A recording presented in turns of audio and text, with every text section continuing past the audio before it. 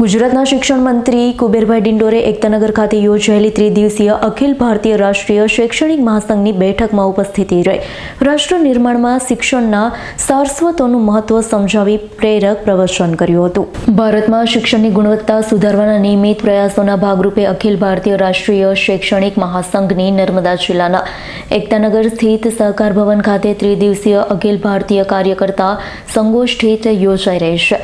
દેશભરના 33 પ્રાંતના શિક્ષણ સાથે સંકળાયેલા લોકોએ ભાગ લીધો હતો, જેમાં ગુજરાત સરકારના આદિજાતિ વિકાસ, પ્રાથમિક, માધ્યમિક અને પ્રૌઢ શિક્ષણ વિભાગના મંત્રી ડોક્ટર કુબેરભાઈ ડિંડોર ઉપસ્થિત રહી મૂલ્ય આધારિત શિક્ષણનું મહત્વ, તેના થકી વ્યક્તિ નિર્માણ, સમાજ નિર્માણ અને રાષ્ટ્ર નિર્માણના આયામો તેમજ ગુજરાતમાં અમલી શિક્ષણ વ્યવસ્થા ઉપર પ્રકાશ પાડ્યો છે।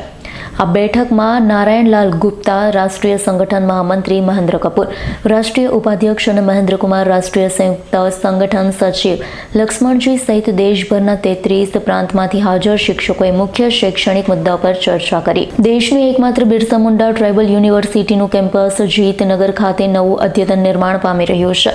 સમગ્ર કેમ્પસનું કામ હાલ પૂર્ણતાના આરે છે, ત્યારે વાવડી ખાતે ચાલતા એડમિન બિલ્ડિંગની મુલાકાત લઈ યુનિવર્સિટીના કુલપતિ ડોક્ટર મધુકર પાડવી અને રજિસ્ટ્રાર વિજય સિવાડા સહિત યુનિવર્સિટીના સ્ટાફ સાથે રૂબરૂ મુલાકાત કરી હાલમાં ચાલી રહેલા કોર્સ અને વિદ્યાર્થીની સંખ્યા અંગે પૂછપરછ કરી છે।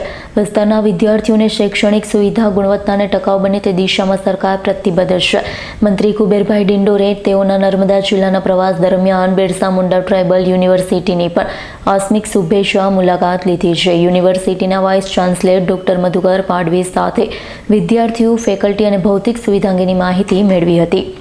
આદિજાતિ વિસ્તારના વિદ્યાર્થીઓને ઉચ્ચ શૈક્ષણિક સુવિધા પૂરી પાડનારી અને આ યુનિવર્સિટીનું નવનિર્મિત પરિસર સ્વતરે ઉપલબ્ધ થાય તે માટે તેના લોકાર્પણના બનતા ઝડપી પ્રયત્ન કરી સુવિધાયુક્ત કેમ્પસ યુનિવર્સિટી હસ્તક સોંપવા માટે હાલમાં કામગીરી કયા તબક્કે છે તેમાં ખૂટતી કડીઓ ઉમેરવા અંગે મંત્રીએ ખાતરી આપી હતી।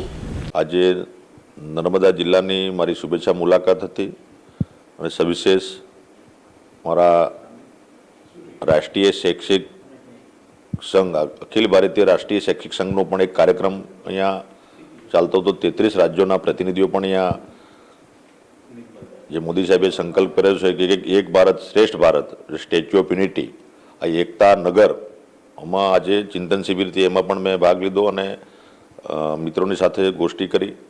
સાથે સાથે આજે આ બિરસા મુંડા યુનિવર્સિટી આપણી ચાલે છે અને એનું કામકાજ પણ પૂર્ણ થઈ ગયેલ છે અને અમારા સ્ટાફ મિત્રો અને મુલાકાતે હું આવ્યો છું, એમની શુભેચ્છા મુલાકાતે આવનારા સમયમાં આજે યુનિવર્સિટી આપણી જે બની ગઈ છે એનું લોકાર્પણ થાય અને વિદ્યાર્થીઓને તમામ સુવિધાઓ મળે એના માટેના પ્રયત્નો આદિજાતિ વિભાગ અને અમારા બિરસા મુંડા યુનિવર્સિટીના તમામ કર્મચારી મિત્રો કરી રહ્યા છે। જે ખૂટતી કડી છે એ પણ આવનારા સમયમાં અમે ઉમેરીશું અને આજે મારી માત્ર ને માત્ર આ શુભેચ્છા મુલાકાત હતી અને નર્મદાનો આ પ્રવાસ એ આકસ્મિક મારો જે એનું આયોજન થયું અને એમાં આજે સ્ટેચ્યુ ઓફ યુનિટીમાં જે રાષ્ટ્રીય શૈક્ષિક સંઘની જે ચિંતન શિબિર એમાં મેં હાજરી આપી અને આજે આ વીસી અને મારો પૂરો સ્ટાફ છે એમની શુભેચ્છા મુલાકાતે પધાર્યો છું અને આવનારા સમયમાં જે કંઈ ખૂટતી કડી છે એ સાથે મળીને ઉમેરીને ટૂંક સમયમાં આપણા વિદ્યાર્થીઓને આપણું મુખ્ય કેમ્પસ જે બન્યું છે, નવીન કેમ્પસ, એમાં વિદ્યાર્થીઓને શિફ્ટિંગ કરવાની વ્યવસ્થા આવનારા સમયમાં કરીશું। અને સાથે સાથે